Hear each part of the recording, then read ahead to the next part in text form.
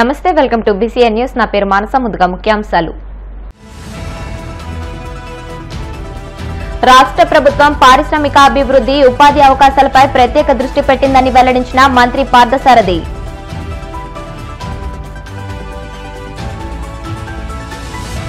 రాష్ట్రంలో రాక్షస పాలన సాగుతోందని, రాక్షస యుగంలో ఉన్నామని కూటమి ప్రభుత్వాన్ని విమర్శించిన మాజీ సీఎం వైఎస్ జగన్.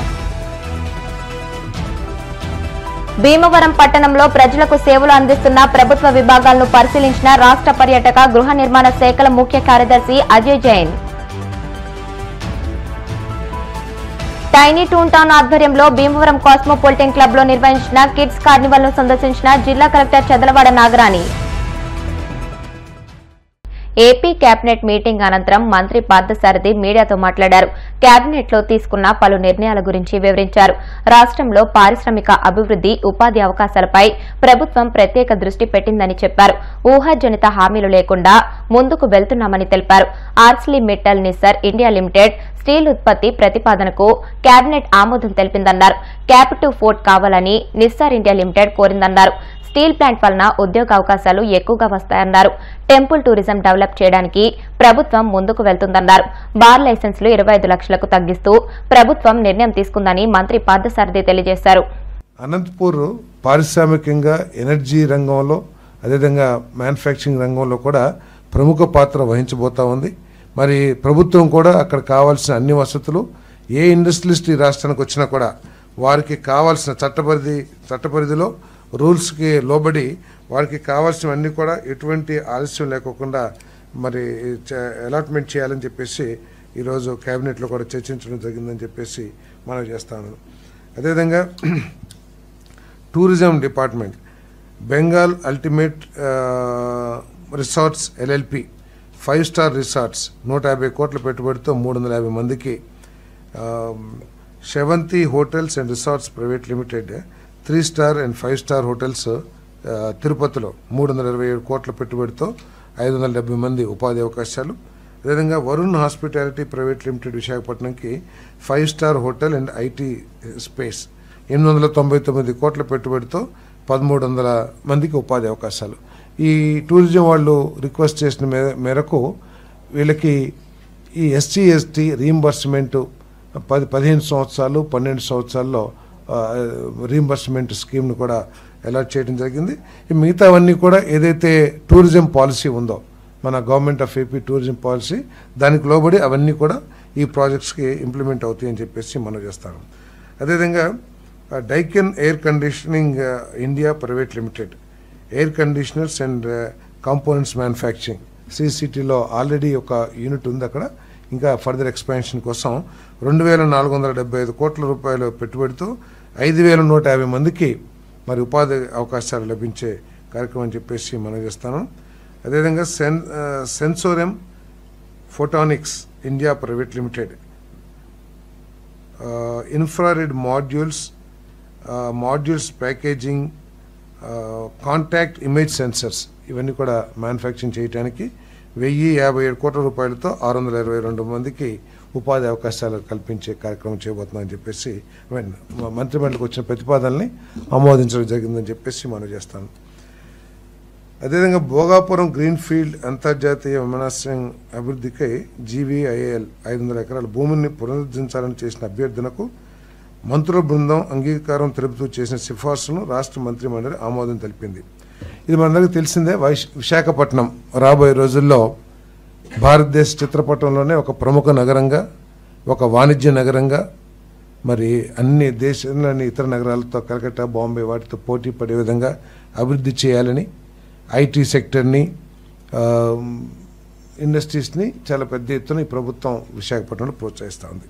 అదేవిధంగా doctor BR Ambedkar open university ఏదైతే ఉందో ఇది 10th షెడ్యూల్లో ఉంది మన విభజన చట్టం ప్రకారం. అది 2024 వరకు కూడా మరి హైదరాబాద్లో ఉన్న doctor BR Ambedkar university headquarters నుంచే మన ఆంధ్రప్రదేశ్లో కూడా కార్యకలాపాలు నిర్వహించబడతా ఉన్నాయి. మరి 2024 తర్వాత ఇక్కడ స్టూడెంట్స్ని చేర్పించుకోము, ఇక్కడ నుంచి ఇక్కడ యాక్టివిటీస్ పెట్టమని చెప్పేసి చేయలేము అని చెప్పేసి చెప్పేమిట. మరి దాని డాక్టర్ బిఆర్ అంబేద్కర్ ఓపెన్ యూనివర్సిటీని ఏలూరు సమీపంలో ఏర్పాటు చేయడానికి ఏదైతే ప్రతిపాదన ఉన్నత విద్యాశాఖ ప్రతిపాదన చేసిందో దాన్ని కేబినెట్ ఆమోదించిందని చెప్పేసి నేను మనవి చేస్తాను. నేను ఆంధ్రప్రదేశ్ రిజిస్ట్రేషన్ చట్టం 1905లోని 22A నిషేధ జాబితాలో ప్రభుత్వం కేటాయించిన ఎండోమెంట్స్ కానివ్వండి, వక్ఫ్ భూములు చట్టవిరుద్ధ బదిలీని ఇప్పుడు ఇల్లీగల్గా రిజిస్ట్రేషన్ జరిగిపోయి ఉంటాయి. వాటిని ఇల్లీగల్ ఉండే ఎండోమెంట్స్ ల్యాండ్స్ కానివ్వండి, వక్ఫ్ ల్యాండ్స్ కానివ్వండి, లేకపోతే ప్రభుత్వ భూములు కానివ్వండి, దొంగ డాక్యుమెంట్స్తో లేకపోతే రకరకాల వీటితో ఇల్లీగల్ రిజిస్ట్రేషన్ చేసినప్పుడు దాన్ని క్యాన్సిల్ చేసే అధికారం ప్రభుత్వ అధికారులకు ఉంటుంది. ఆ విధంగా రిజిస్ట్రేషన్ క్యాన్సిల్ చేసినప్పుడు ఏదైతే ఫీజు కట్టాలో ఆ ఫీజుని రద్దు చేస్తూ రెవెన్యూ శాఖ మినహాయింపు ఇవ్వడానికి రెవెన్యూ శాఖ చేసిన ప్రతిపాదనకు రాష్ట్ర మంత్రిమండలి ఆమోదం తెలిపింది. ఈ సందర్భంగా ముఖ్యమంత్రి గారు ప్రత్యేకంగా రెవెన్యూ సమస్యల గురించి కూడా ప్రస్తావించడం జరిగింది. ఏదైతే పాస్ పుస్తకాలు కానివ్వండి, 22Aకి సంబంధించిన కానివ్వండి, మరి ఏదైతే గ్రూప్ ఆఫ్ మినిస్టర్స్ ఉన్నారో వారు వాటిని త్వరితగతిన వాటిని సాల్వ్ చేయాలి, ప్రజలు కొంత ఇబ్బంది పెడుతున్నారనే విషయాన్ని కూడా మరి ముఖ్యమంత్రి గారు ప్రస్తావించడం జరిగిందని చెప్పేసి మనం చేస్తాము. భీమవరం పట్టణంలో రాష్ట్ర పర్యాటక గృహ నిర్మాణ శాఖల ప్రత్యేక ముఖ్య కార్యదర్శి ప్రత్యేక జోనల్ అధికారి అజయ్ జైన్ ప్రభుత్వ సంస్థలు, కేంద్రాలు ప్రజలకు అందిస్తున్న వివిధ సేవలు, ప్రభుత్వ విభాగాలను సందర్శించి పరిశీలించారు. ముందుగా భీమవరం ప్రభుత్వ ఏరియా ఆసుపత్రిని సందర్శించారు. అక్కడ ఏ విధంగా రోగులకు వైద్య సేవలు అందిస్తున్నారు అన్న దానిపై పరిశీలన చేశారు. దాత్రి బాలింతల కేంద్రం, రక్తదాన నిధి కేంద్రం, ఎక్స్రే యూనిట్లను సందర్శించడంతో పాటు వైద్య సేవలు పొందుతున్న రోగులతో మాట్లాడి వారికి అందుతున్న సేవలను వాకప్ చేశారు. అనంతరం మీడియాతో మాట్లాడుతూ భీమవరం ఏరియా ఆసుపత్రిలో వైద్య సేవలు బాగా అందిస్తున్నారన్నారు. ఇక్కడ అవసరమైన X ray unit, blood bank, oxygen bank, అవసరమైన మెడిసిన్స్ అందుబాటులో ఉన్నాయన్నారు. హాస్పిటల్ నిర్వహణకు అడ్వైజరీ కమిటీ వద్ద కూడా సరిపడా నిధులు ఉన్నాయన్నారు. హాస్పిటల్ ప్రాంగణంలో కొత్తగా భవనం కడుతున్నారని, అవసరమైతే ఆ భవనానికి నిధులు అందించడానికి కృషి చేస్తామన్నారు. ఈ కార్యక్రమంలో భీమవరం శాసనసభ్యులు పులపర్తి రామాంజనేయులు, జిల్లా collector Chadalavada Nagarani, joint collector T Rahul Kumar Reddy తదితరులు పాల్గొన్నారు. అనంతరం ప్రత్యేకాధికారి అజయ్ జైన్ గునుపూడి ఇందిరాగాంధీ మున్సిపల్ స్కూల్ వద్ద అంగన్వాడీ కేంద్రాన్ని, గునుపూడి నాచువారి సెంటర్ నందు చౌకధరల దుకాణం సందర్శించారు.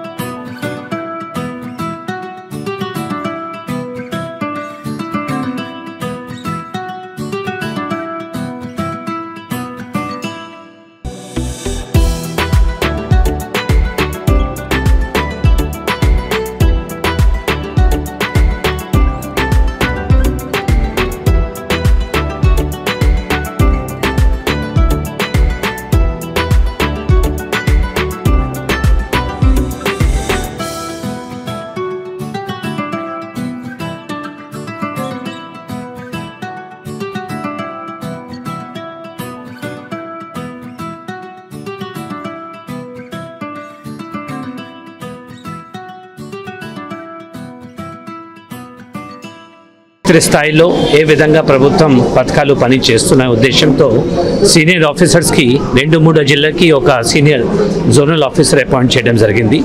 మాకు అయితే అర్స్ట్వైల్ ఈస్ట్ అండ్ వెస్ట్ గోదావరి అంటే 5 జిల్లా అపాయింట్ చేస్తున్నారు. దీనికి భాగంగా ఈరోజు ఇక్కడ వెస్ట్ గోదావరి జిల్లా భీమవరం రావడం జరిగింది.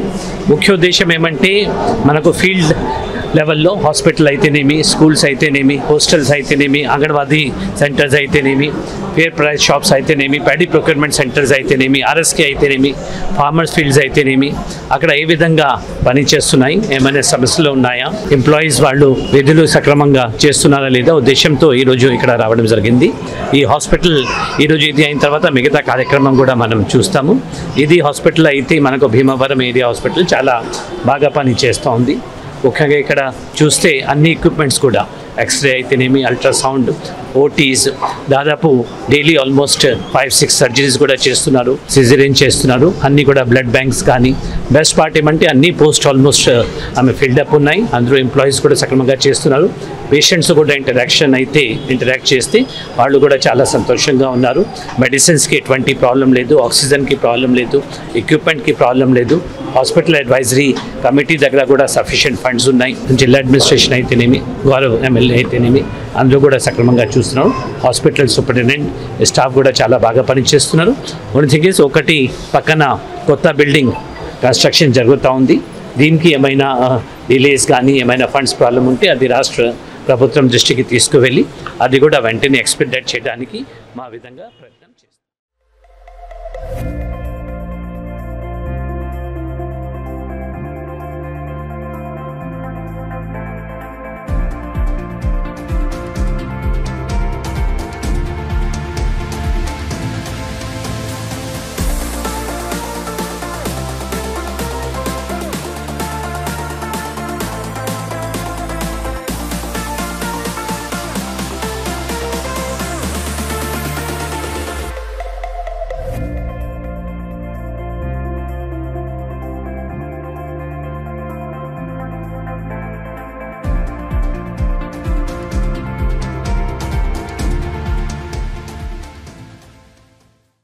ఇప్పుడు కాసేపు ప్రకటనలు.